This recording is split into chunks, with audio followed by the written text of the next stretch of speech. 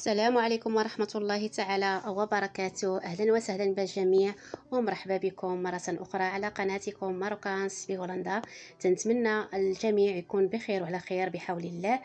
وأولا وقبل كل شيء، قبل ما نبدا هذا الفيديو، أولا تنشكر كل واحد باسم ديالو على الدعم ديالو وعلى المشاركة وعلى الاقتراحات وعلى التعاليق الجميله اللي تجدني واحد التحفيز وواحد التشجيع باش انني كل ديما نقدم لكم كل ما هو جديد بحول الله. واليوم كنت تشوفوا معايا عندي لكم واحد الديسير او تحليه ديال فاكهه الاناناس اللي تنتمنى انها ان شاء الله تعجبكم. ما عليكم الا انكم تتبعوا الفيديو من الاول حتى الاخير باش تشاهدوا طريقه تهيئ هذه الوصفه هذه.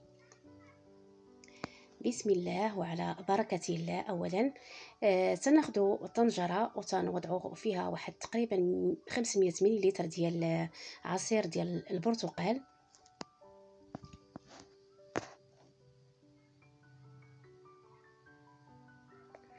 تنضيفو عليه تقريبا واحد العصير ديال الاناناس. تناخدو واحد شويه ديال الاناناس وتنطحنوه وتنحاولوا اننا نصفيه مزيان وتنضيفو داك الماء اللي صفينا ديال الاناناس.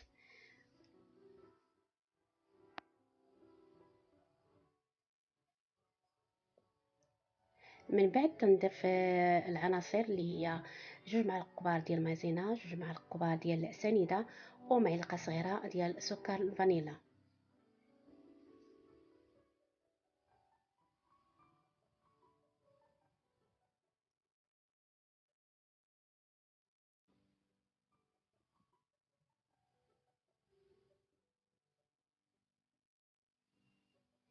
سنحاولوا نخلطوا الجميع على هذه الطريقه هذه بلا فوات، باش العناصر كلها تجانس مع بعضياتها.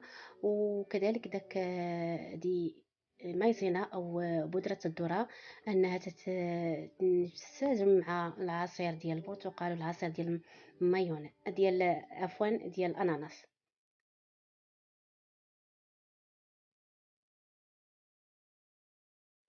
تنوضعوا الخليط ديالنا فوق نار مهيله،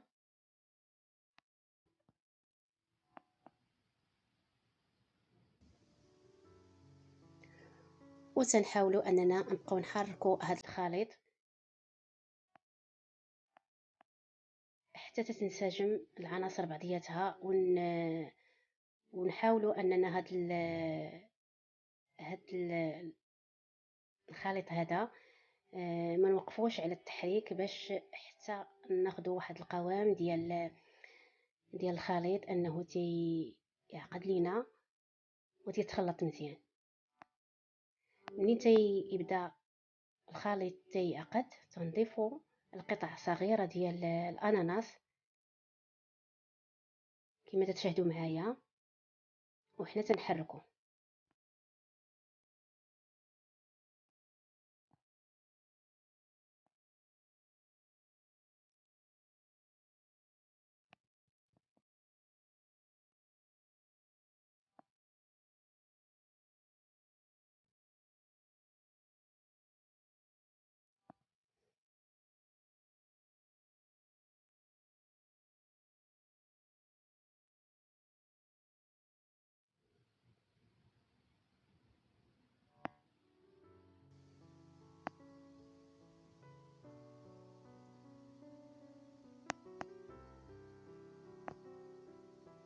كي تشاهدوا معايا كل ما حركنا هذا الخليط مزيان والا وتنحصلوا على واحد القوام ديال الخليط اللي تيكون هو من ساجم مع بعضياته، واللي تكون قوام اللي هو مزيان وتعطي واحد اللمعه في هذا الخليط هذا.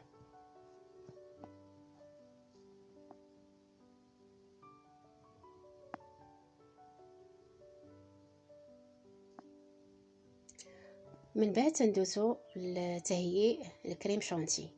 تناخذ تقريبا واحد 100 غرام ديال بودره ديال الكريم شانتي وتنضيف عليه واحد الكميه ديال الحليب تقريبا نصف الكميه تشاهدوها في الكاس، تقريبا واحد 4 ديال الكاس تقريبا، ونخلطو بالميكسور حتى يعقد لينا الخليط ديال لا كريم شانتي.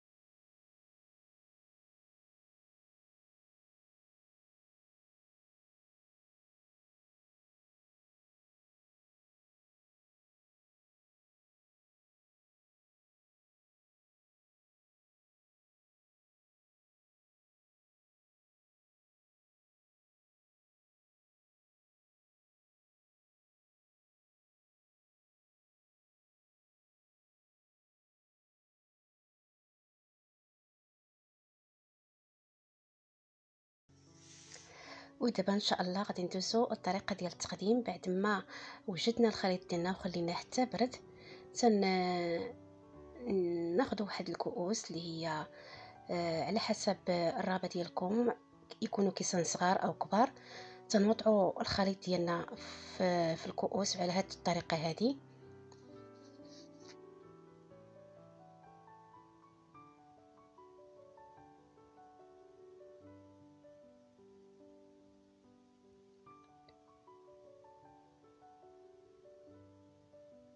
بالنسبه للوصفه ديالنا، كل ما بردت كل ما مزيان تيعقد الخليط مزيان وتيشد راسو وتيجي حتى في الشكل ديالو احسن.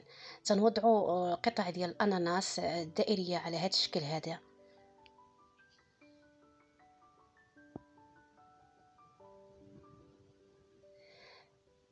بالنسبه للطريقه ديال التزيين على حسب كل كل واحد كيفاش بغى يقدم الوصفه ديالو، وعلى حسب الذوق ديالو وعلى حسب اللمسه ديالو. تيبقى الزواق ولا هذا اختياري يعني.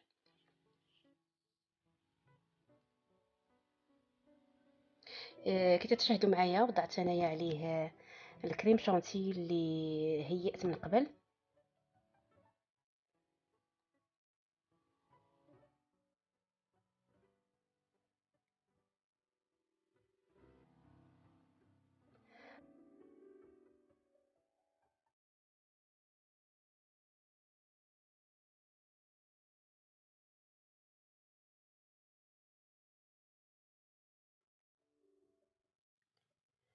وكي تشاهدوا معايا هذه النتيجه الاخيره ديال الوصفه ديالنا، اللي هي سهله ماهله ما فيها حتى شي حاجه. تنتمنى انها تعجبكم وتنتم تجربوها بحول الله وبصحه والراحه، ونخليكم في امان الله وحفظه، ومع السلامه والى فيديو جديد بحول الله.